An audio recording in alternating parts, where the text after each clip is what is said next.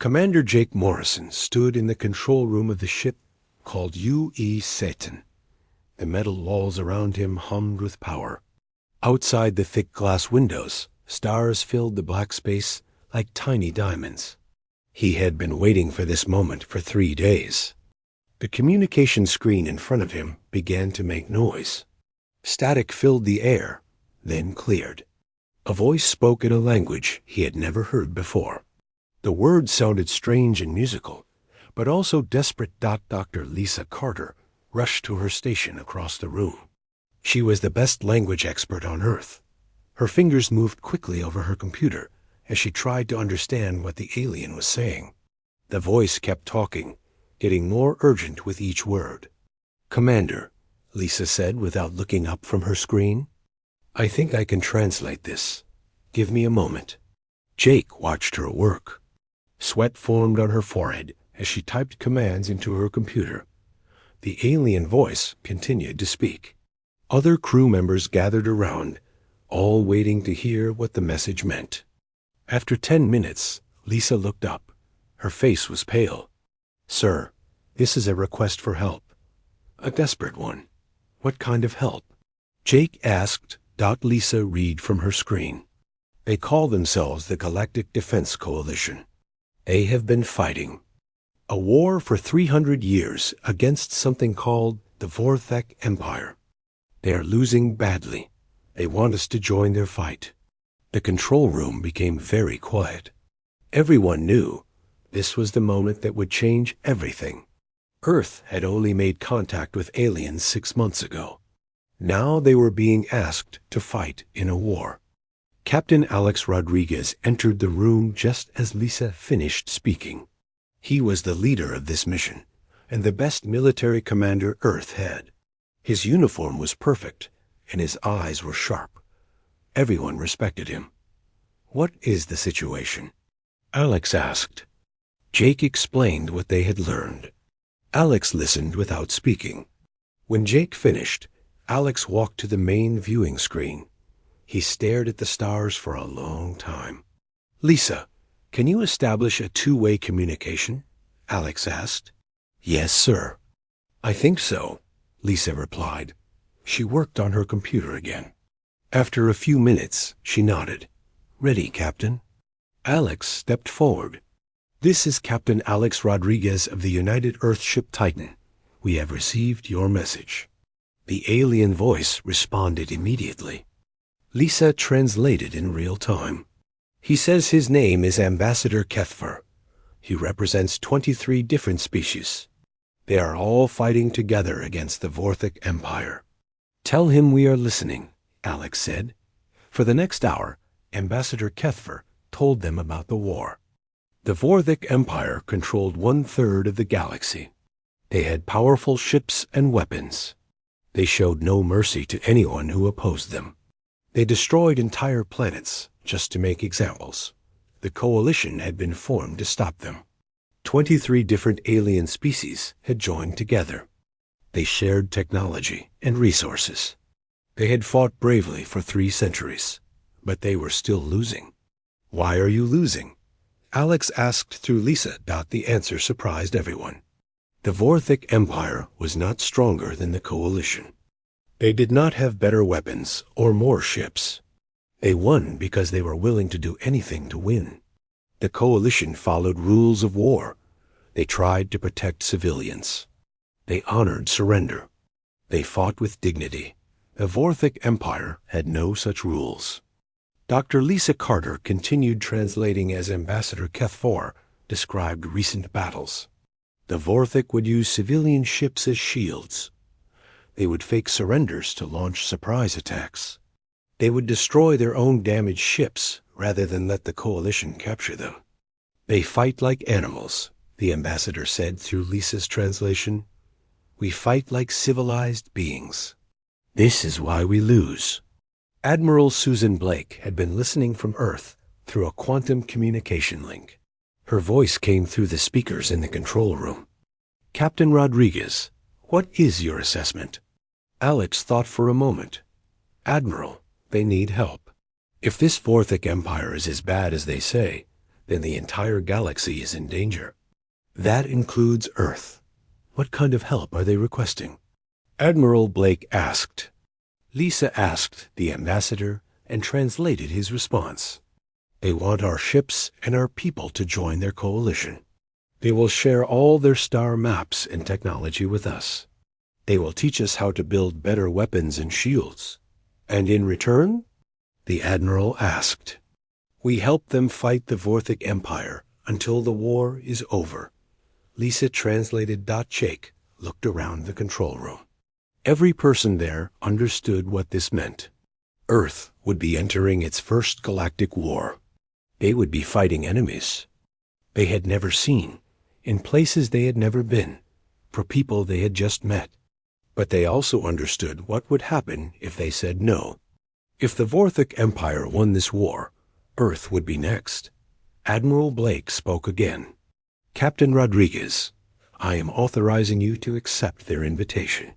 Tell them that Earth will join the Galactic Defense Coalition. Alex nodded. Lisa, please tell Ambassador Kethvar that humanity accepts their invitation. We will fight alongside them against the Vorthic Empire. The alien's response came back immediately. Even through the translation, everyone could hear the relief and joy in his voice. He says they will send star maps and tactical information right away. He wants to know how many ships we can provide. Alex looked at Jake. Commander Morrison, contact Earth Command. Tell them to prepare 12 battle groups for immediate deployment. Jake sent the message to Earth. Within minutes, the response came back. Admiral Blake had already given the orders. The entire Earth Defense Fleet was preparing to leave for their first interstellar war. Lieutenant Commander Ryan Hayes was aboard. The UE Striker, one of the 12 ships preparing to join the fight. His tactical officer, Lieutenant Amy Foster, was running tests on their new plasma cannons.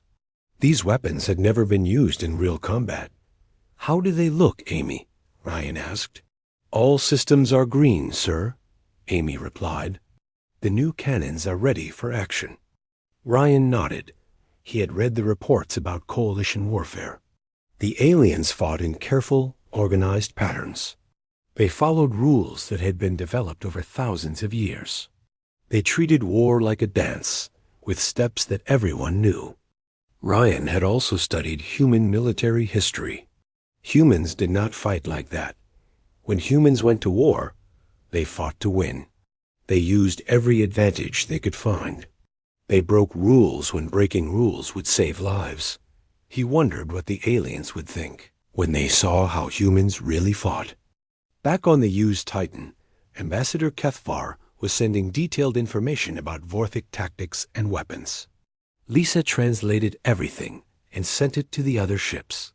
The coalition had been fighting the same enemy for 300 years. They knew everything about Vorthic strategies. What they did not know was anything about human strategies. Captain Alex Rodriguez studied the tactical data on his screen. The Vorthic Empire had powerful ships, but they were not more advanced than Earth's newest vessels. They had energy weapons, but so did humans. They had armor and shields, but human weapons could break through both. The real difference was not in technology. The real difference was in how the two sides fought. Alex called his senior officers together. Gentlemen, we are about to enter a war that has been going on for 3 centuries. The coalition has been losing because they fight with honor. The enemy wins because they fight without honor. He paused and looked at each officer. We are going to show both sides what it means when humans fight to win. The 12 Earth ships finished their preparations and formed up in space. Admiral Blake gave the final order from Earth Command. All ships, proceed to the rally point.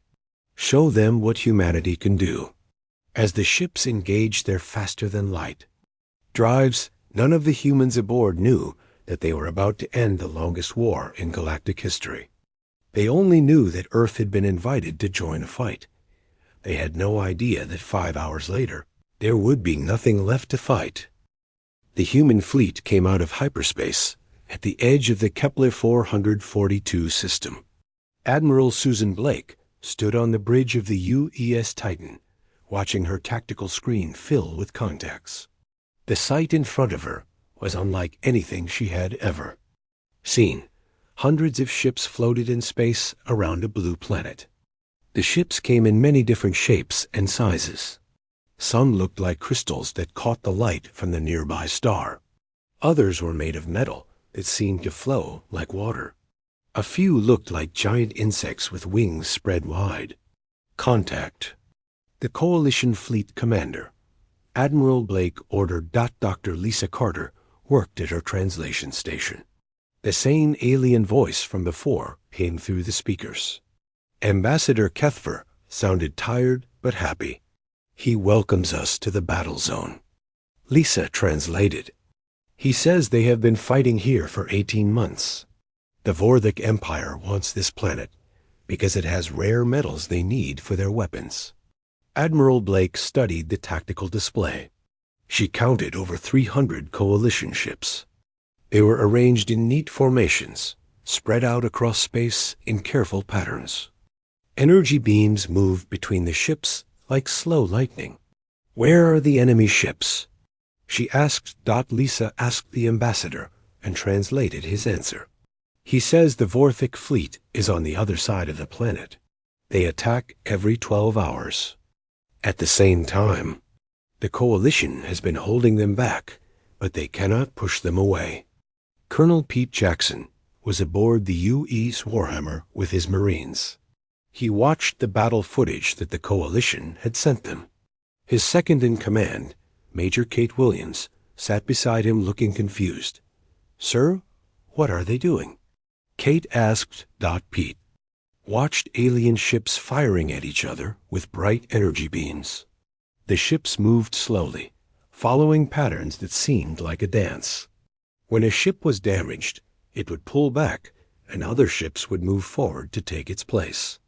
"They are fighting by rules," Pete said. "Look how they move. Everything is organized. Everything follows a pattern." Kate shook her head. "They have been fighting for 18 months, and nobody has won?" "That is because they are not trying to win," Pete replied. "They are trying to fight honorably." On the U's Thunder, Lieutenant Bobby Chun was at his weapons station. His partner, Ensign Tracy Mills, was running checks on their plasma cannons. They had been listening to the Coalition briefing about how battles worked. "This is crazy," Tracy said. "They schedule their attacks? They agree on when to fight?" Bobby nodded. The ambassador said both sides follow the same rules. They do not attack civilians. They do not destroy planets. They exchange prisoners. They even have breaks in the fighting, so both sides can repair their ships. No wonder they have been fighting. For 300 years, Tracy said. Admiral Blake called a meeting with all her ship captains. The holographic images of 12 commanders appeared around the conference table on the U's Titan. Each captain commanded a different type of ship with different weapons. "Gentlemen, we have been invited to observe Coalition tactics before we join the fight," Admiral Blake said. "The Vorthik fleet will attack in 6 hours. We will watch how both sides fight. Then we will decide how humanity will participate."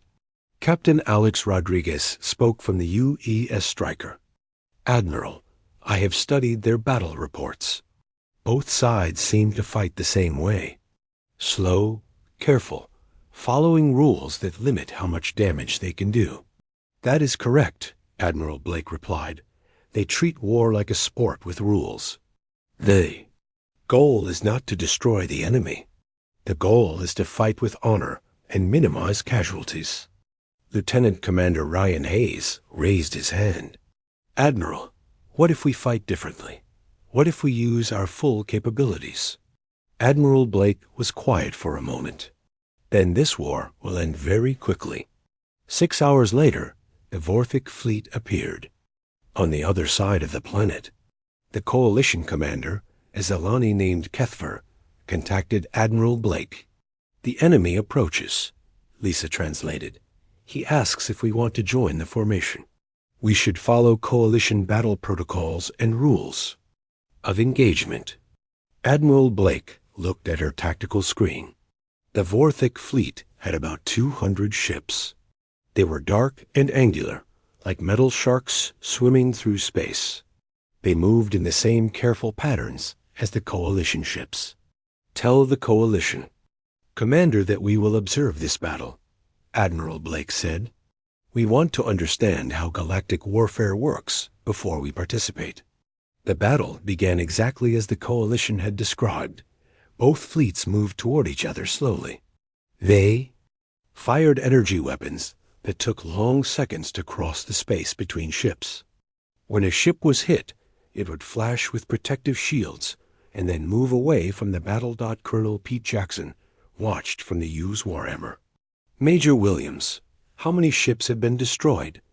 Kate checked her sensors. None, sir.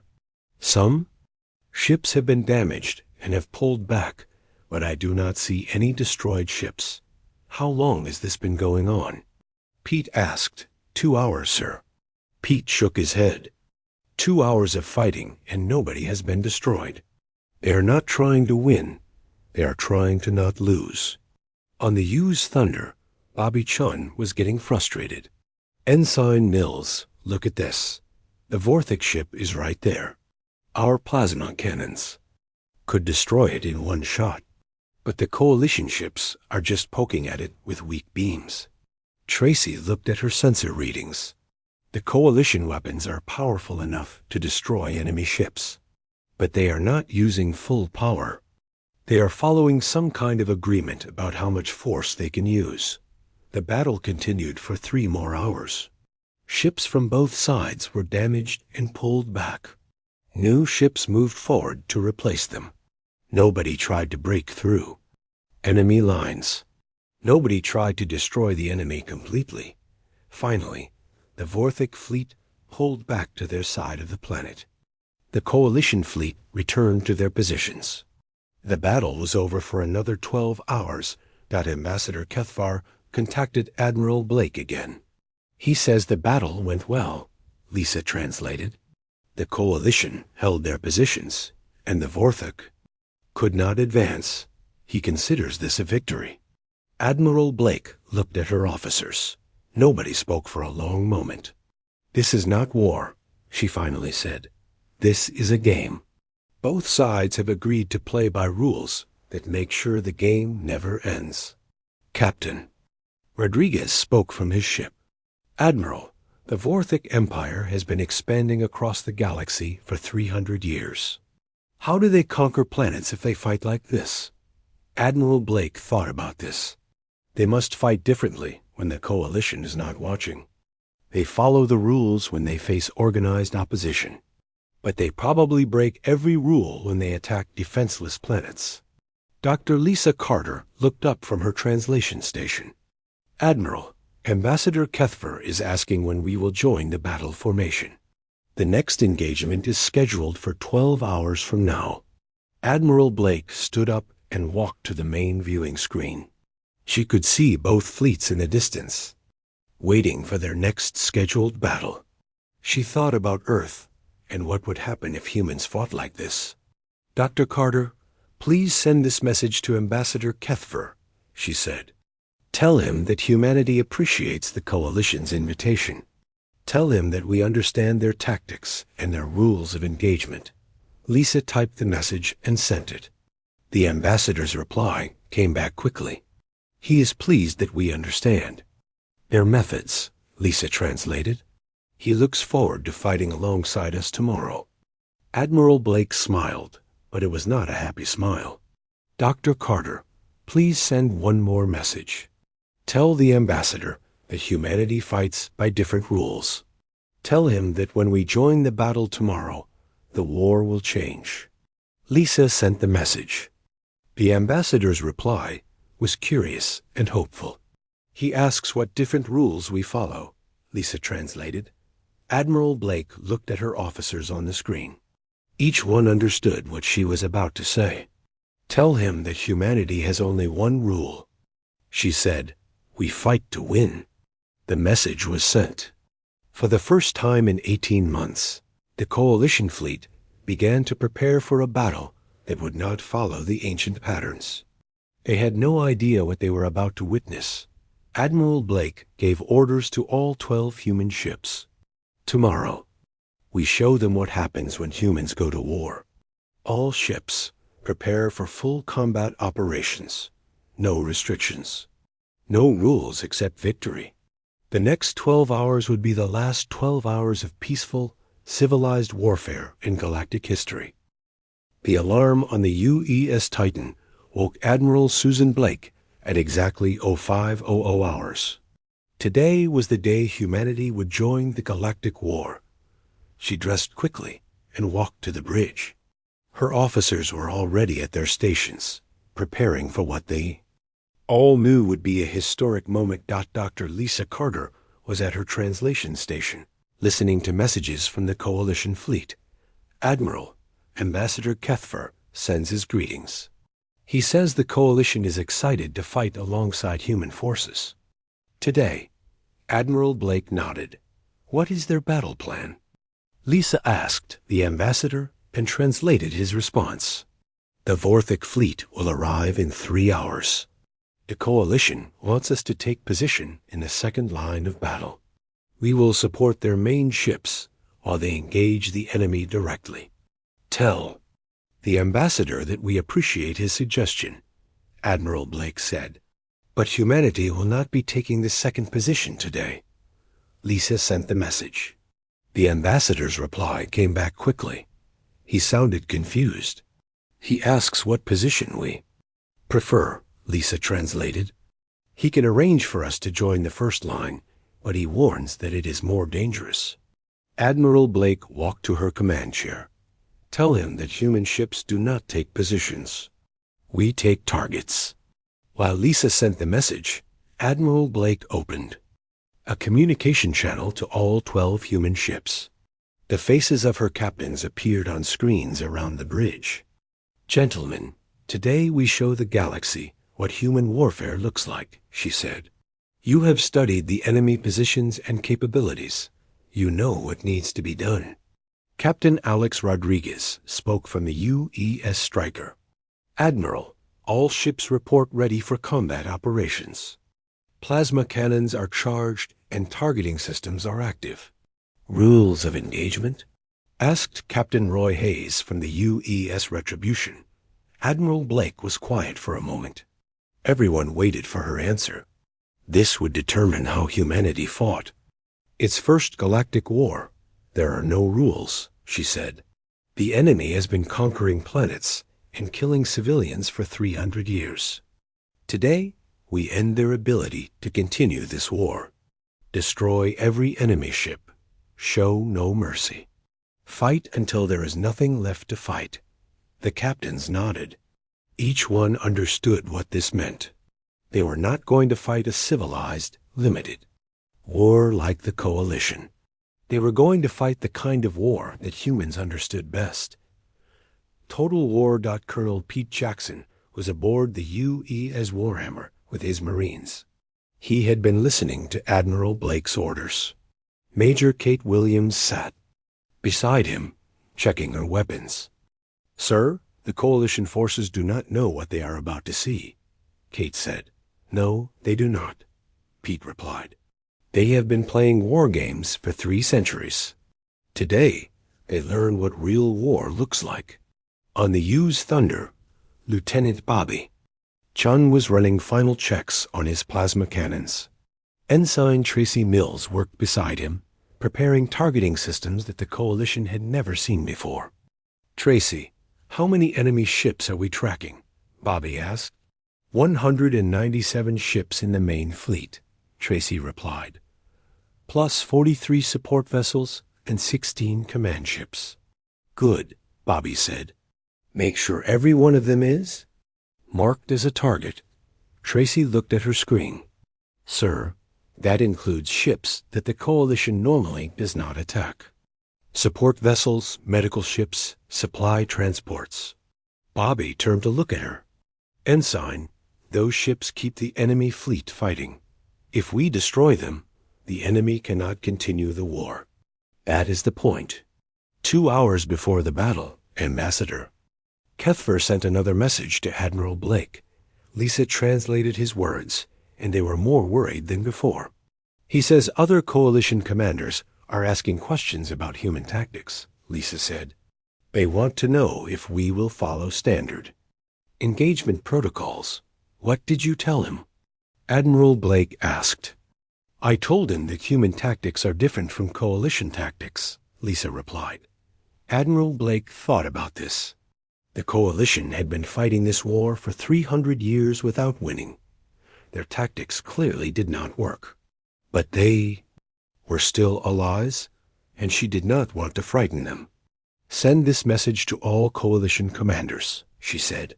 Tell them that humanity appreciates their courage and sacrifice.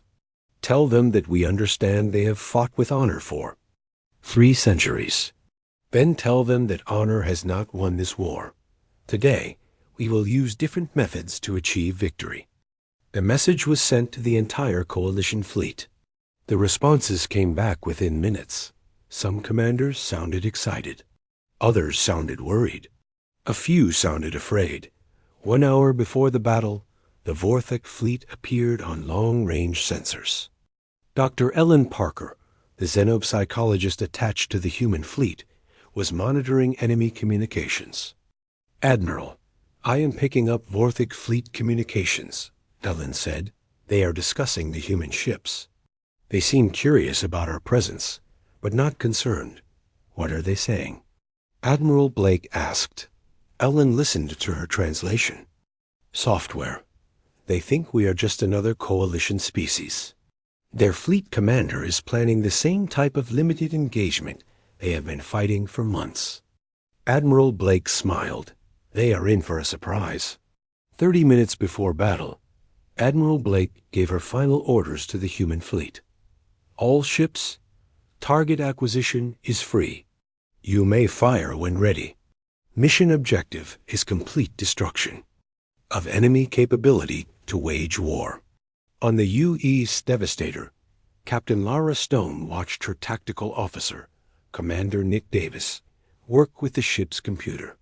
They were not just identifying enemy warships. They were mapping the entire enemy fleet. Structure. Captain, I have identified the enemy command ship, supply vessels, repair ships, communication relays, and support craft, Nick reported. Excellent, Captain Stone said. Mark them all for destruction. Lieutenant Commander Sam Turner commanded ground forces that would not be needed today. His troops, including Sergeant Linda Gray and Corporal Kevin Miller, watched the battle preparations from the Marine deck. Sergeant, do you think the enemy will surrender when they see what our ships can do? Sam asked. Linda checked her rifle and shook her head. Sir, I do not think they will have time to surrender.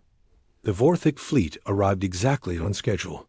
They came out of hyperspace in their usual formation.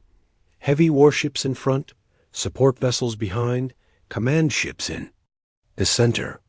It was the same formation they had used for 18 months of fighting. The coalition fleet moved to their usual positions. Energy shields came online. Weapons charged to minimum power levels. Everything proceeded according to the ancient rules of galactic warfare. Then the human ships moved. Admiral Blake gave one simple order. All ships, weapons free. The first human volley lasted 37 seconds. 12 ships fired their plasma cannons at full power. The energy beams crossed space at the speed of light and struck the young Vorthok fleet before they could react. The lead Vorthok warship disappeared in a ball of white fire. The ship next to it broke in half and exploded. Behind them, a support vessel simply vanished when 3 human beams hit it at the same time. The coalition fleet stopped moving. Every alien commander watched in shock as human weapons tore through Vorthok ships like they were made of paper. On the U's Thunder, Bobby Chun targeted a Vorthok command ship. Target locked, he told Tracy. Firing now. The plasma beam struck. the enemy ship's bridge, and continued through to the engine section. The entire ship exploded from the inside out. "Next target," Bobby said calmly. The Vorthic fleet tried to respond. They turned their ships and fired back at the humans. Their energy beams struck human shields and were absorbed without causing damage. Human technology was 300 years more advanced than anything in the Galactic War. Captain Alex Rodriguez watched enemy beams bounce off his shields. "Return fire," he ordered. "Target their weapon systems." The UE Striker fired 6 plasma beams at once. Each beam struck a different Vorthic ship. All 6 ships stopped firing and began to drift through space. Their weapon systems destroyed. Dr. Ellen Parker monitored Vorthic communications as the battle continued. "Admiral, enemy communications are breaking down. They are sending panic signals. They have never seen anything like our weapons." Admiral Blake watched her tactical screen. Half the Vorthic fleet was already destroyed or disabled. The remaining ships were trying to retreat, but human ships were faster. "Do not let any of them escape," she ordered. "If they report back to their empire, they will return with more ships." The second human volley lasted 23 seconds. When it ended, the Vorthic fleet no longer existed. 256. Enemy ships had been reduced to debris floating in space. The coalition fleet hung motionless in space. No one spoke. No one moved. They had just watched humanity end an 18-month battle in 1 minute. "Ambassador," Kethver sent a message to Admiral Blake. His voice shook as Lisa translated his words. "He asks what just happened," Lisa said. "He wants to know how we destroyed the entire enemy fleet so quickly." Admiral Blake looked at the empty space where the Vorthic fleet had been. "Tell him that humanity does not fight wars to be honorable. We fight wars to win them." The message was sent. The ambassador's reply was simple and filled with awe. "He says the coalition has never seen anything like this in 300 years of warfare." Admiral Blake nodded. "Tell him that in 300 years of fighting, the coalition never tried to actually win. Today, we showed them what victory looks like." News of the battle spread through both coalition and enemy space within hours. The message reached Vorthic High Command 4 hours after the battle at Kepler 442. Emperor Sekthar read the report 3 times before he could believe what it said.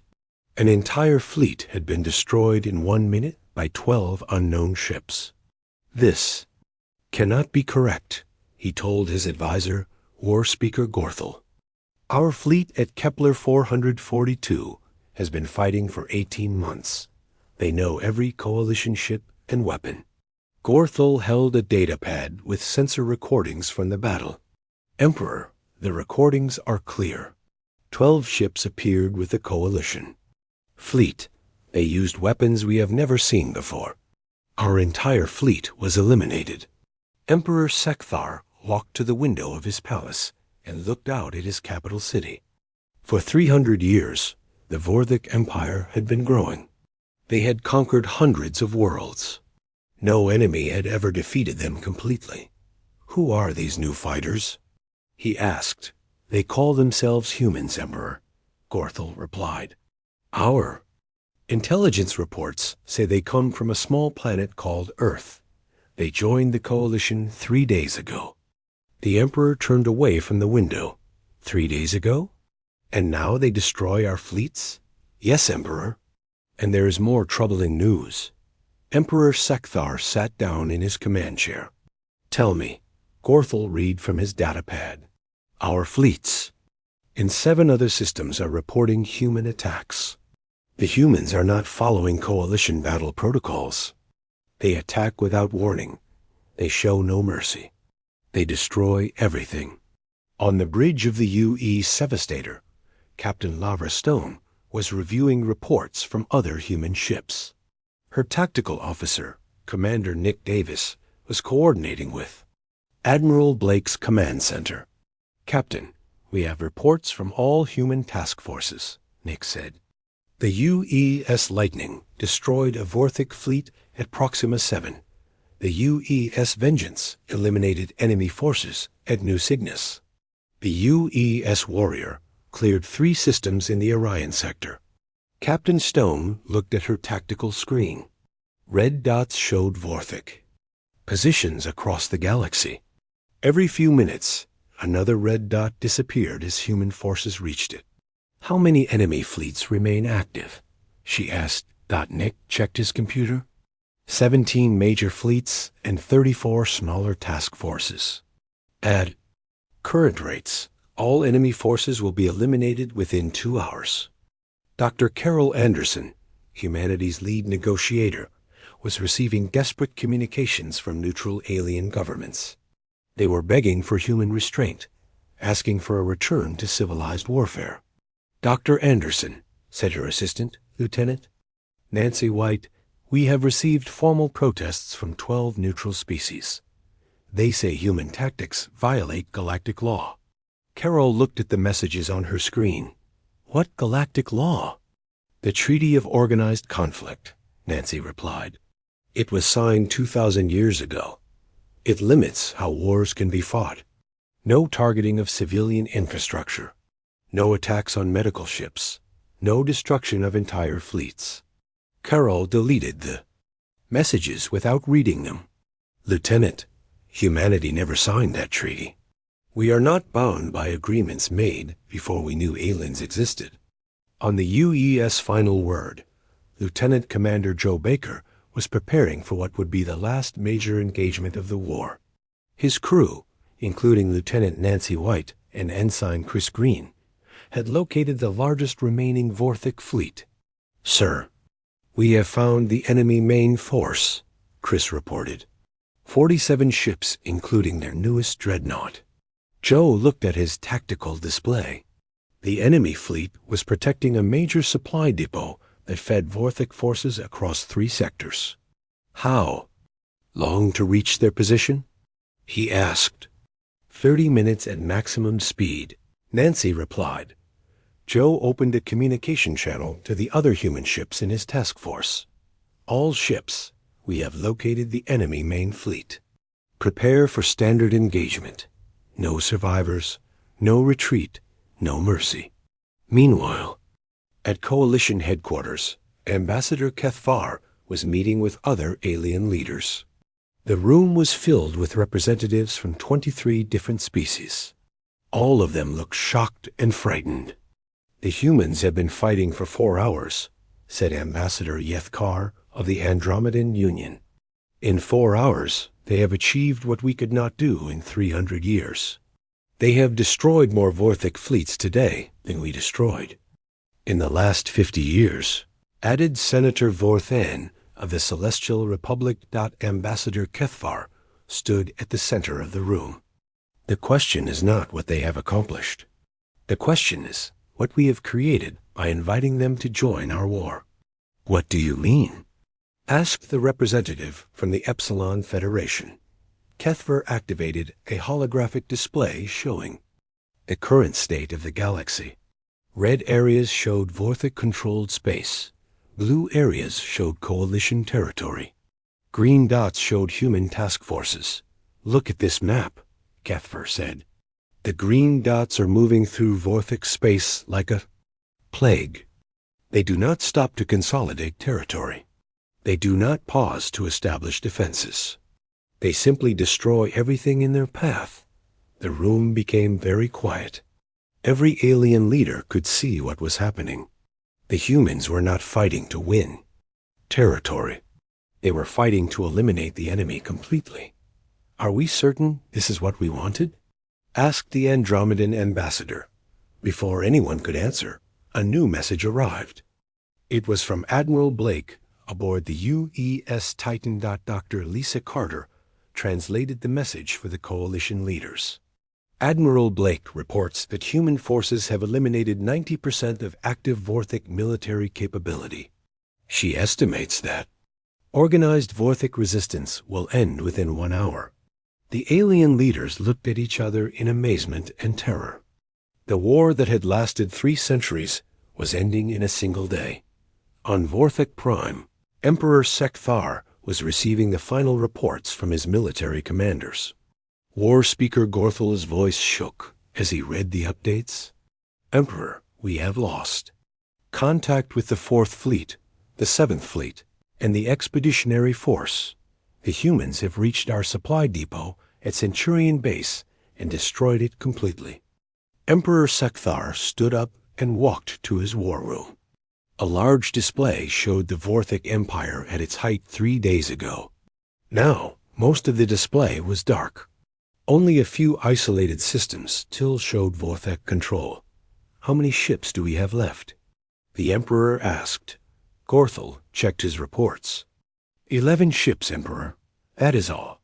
11 ships? The Emperor could not believe it. This morning we had over 1,000 ships across the galaxy. Yes, Emperor. The humans have destroyed everything else. Emperor Sekthar looked at the tactical display showing the human ships moving toward his home system. They would arrive in less than 1 hour. Send a message to the human fleet, he ordered. What message, Emperor? Tell them that the Vorthik Empire wishes to discuss surrender terms. The message was sent to Admiral Blake aboard the UES Titan. Dr. Lisa Carter translated it and read it aloud on the bridge. Admiral, the Vorthik Emperor is requesting negotiation for surrender terms. Admiral Blake looked at her tactical display. Human forces were approaching the final Vorthik positions. The war was almost over. Send this reply, she said. A Vorthik Empire has 2 choices: unconditional surrender or complete destruction. They have 5 minutes to decide. The message was sent to Vorthik Prime. Emperor Sekthar read it with his advisors. Emperor, what are your orders? Gorthel asked. The Emperor looked at his empty war room. His empire was gone. His fleets were destroyed. His people were defenseless. Send the surrender, he said quietly. At exactly 4 hours and 37 minutes after humanity had joined the Galactic War, the Vorthik Empire sent its final message. Dr. Lisa Carter read it to Admiral Blake and her officers. The Vorthik Empire surrenders unconditionally to human forces. All Vorthik military units are ordered to cease resistance immediately. Admiral Blake nodded. Send confirmation of their surrender to all human ships. Order them to accept the surrender of any Vorthik forces that comply immediately. Any ships that continue fighting are to be destroyed. The message went out to 12 human task forces across the galaxy. Within minutes, the last Vorthik commanders were sending their own surrender messages. Colonel Pete Jackson was aboard the UES Warhammer when the surrender order came through. Major Kate Williams looked at her sensor display with amazement. Sir, I am reading surrender signals from Vorthik ships in every system, she said. Pete nodded. The war is over, Major. In less than 5 hours, Kate said. We ended a 300-year war in 5 hours. On the U's Thunder, Bobby Chun was powering down his weapons when Ensign Tracy Mills spoke. Sir, I have a question, she said. What is it, Ensign? The Coalition fought this war for 300 years and could not win. We joined the fight 5 hours ago, and the enemy has surrendered. How is that possible? Bobby thought about this for a moment. Because the Coalition was fighting to be honorable. We fought to win. News of the Vorthik surrender spread across the galaxy within the hour. On every Coalition world, alien populations celebrated the end of the longest war in galactic history. In the command centers and government buildings, alien leaders were asking themselves a new question. If humans could end a 300-year war in 5 hours, what else could they do? The galaxy was about to find out that when humans decided to end something, they made sure it stayed ended. The Vorthik Empire officially stopped existing at 1447 Galactic Standard Time. The final surrender message came from a broken ship, floating in the debris field that had once been their capital fleet. Admiral Susan Blake read the message on the bridge of the UES Titan. All Vorthic military forces surrender unconditionally to human command. Dr. Lisa Carter translated. All weapons will be powered down. All ships will await instructions from human authorities. Admiral Blake looked at her tactical display. The screen that had shown hundreds of red enemy contacts 5 hours ago was now empty. Every Vorthic military unit in the galaxy had either surrendered or been destroyed. Send a message to all human ships, she ordered. The war is over. Begin recovery operations and prepare for occupation duties. Captain Alex Rodriguez was aboard the UES Striker when the message arrived. His crew had been preparing to attack another Vorthic position when the surrender came through. His tactical officer, Lieutenant Amy Foster, stared at her empty screen. Sir, what do we do now? Amy asked. Alex thought about this question. They had prepared for a long war against a powerful enemy. Instead, they had ended the longest conflict in galactic history in less than 5 hours. Now we learn how to keep the peace, he said. At Coalition headquarters. Ambassador Kethver stood in a room filled with alien leaders who looked like they had seen a ghost. None of them spoke for several minutes. They all stared at the galactic map showing the complete collapse of the Vorthic Empire. Gentlemen, Kethver finally said, we asked humanity for help in our war. What we received was the end of war itself. Ambassador Yethkar of the Andromedan Union spoke quietly. In 300 years of fighting, we never imagined it could end like this. We imagined victory, said Senator Vorthaean of the Celestial Republic. But we never imagined total victory. We never imagined that an enemy could simply stop existing. Dr. Ellen Parker, the human xenopsychologist, was compiling reports from across the galaxy. Her assistant, Lieutenant Donna Lewis, helped her process the thousands of surrender messages that continued to arrive. Dr. Parker, I am reading surrender transmissions from Vorthic outposts in systems we did not even know they controlled. Donna said. Ellen looked at the reports.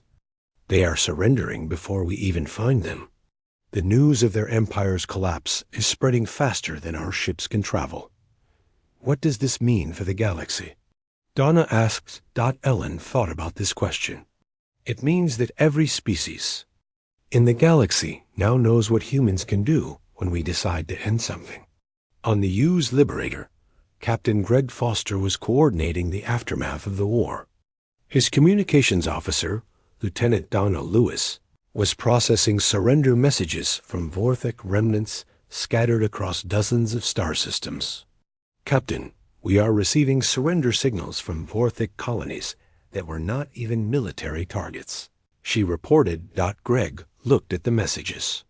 They are surrendering everything, not just their military forces, but their entire civilization. Should we accept civilian surrenders? Donna asked. Greg opened a communication channel to Admiral Blake. Admiral, we are receiving surrender offers from Vorthic civilian populations. How should we respond? Admiral Blake's reply came back immediately. Accept all surrenders. Establish temporary human authority over all former Vorthic territory. We need to prevent chaos and refugee crises. Commander Rick Adams was serving as military liaison to the coalition government. He stood in the main conference room where alien leaders were trying to understand what came next. Commander Adams, said Ambassador Kethver, your people have accomplished in 5 hours what we could not do in 3 centuries. The galaxy owes humanity a great debt. Rick shook his head. Ambassador, we did not do this for payment or recognition. We did this because it needed to be done. But surely humanity expects something in return for ending this war, said the Andromedan representative. Rick thought about Earth's instructions for this situation. Humanity wants 3 things: peace, trade, and the guarantee that nothing like the Vorthic Empire will ever threaten the galaxy again. The alien leaders looked at each other nervously. The third requirement was the one that worried them most. Doctor Eric Turner was leading the post-war analysis team aboard the UES Titan. He had been collecting data about human military effectiveness during the Short War. The numbers were staggering. "Admiral Blake, I have completed the preliminary analysis," he reported. "What are the results?" Admiral Blake asked. Eric read from his datapad. Human forces achieved a 99.7% casualty rate among enemy combatants. We destroyed or captured 1,247 enemy ships. We eliminated 23 major military installations and 156 supply depots. What about human losses? Admiral Blake asked. Eric checked his numbers twice. 0 ships lost, 0 personnel killed, 17 minor injuries from equipment malfunctions. Admiral Blake stared at him. We fought a galactic war and suffered. 17 minor injuries? Yes, Admiral. The enemy never managed to cause significant damage to any human ship. The news of humanity's perfect victory spread across the galaxy within hours. On coalition worlds, alien populations celebrated the end of the war. But in government buildings and military headquarters, alien leaders were asking difficult questions. On the Zalani homeworld, the Planetary Council was meeting in emergency session. Council leader Vashti spoke to the assembled representatives. Humans ended our ancient enemy in 5 hours without losing a single ship, she said. What does this tell us about human military capability? It tells us that they are the most dangerous species in the galaxy, replied Military Commander Zethron. Dangerous to whom? Asked another council member.